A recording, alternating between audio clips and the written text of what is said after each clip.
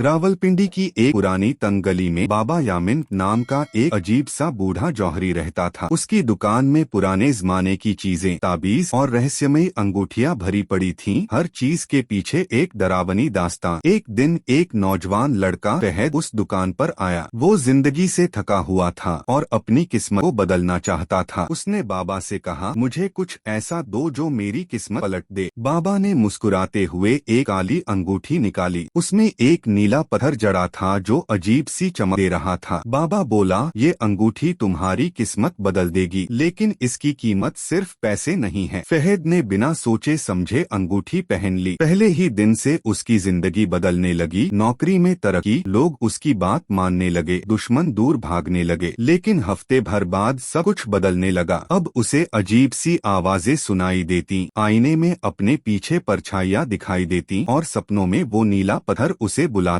जब उसने अंगूठी उतारने की कोशिश की तो वो उसकी चमड़ी से चिपक चुकी थी। फहद रातों को जाता, खुद से बातें करता, दीवारों से लड़ता और कहता, ये अंगूठी मुझसे बातें करती है, ये मुझे सच्चाई दिखाती है। कुछ ही दिनों में वो पागल हो गया। उसके परिवार वालों ने उसे मानसिक अस्पताल में भर्ती करवा दिया। डॉक्टरों ने कहा उसकी मानसिक स्थिति वैसी है जैसे वो किसी और ही दुनिया में जी रहा हो। अब बाबा यामिन की दुकान बंद है। कहा जाता है जो भी उस अंगूठी को पहनता है या तो पागल हो जाता है या फिर हमेशा के लिए गायब।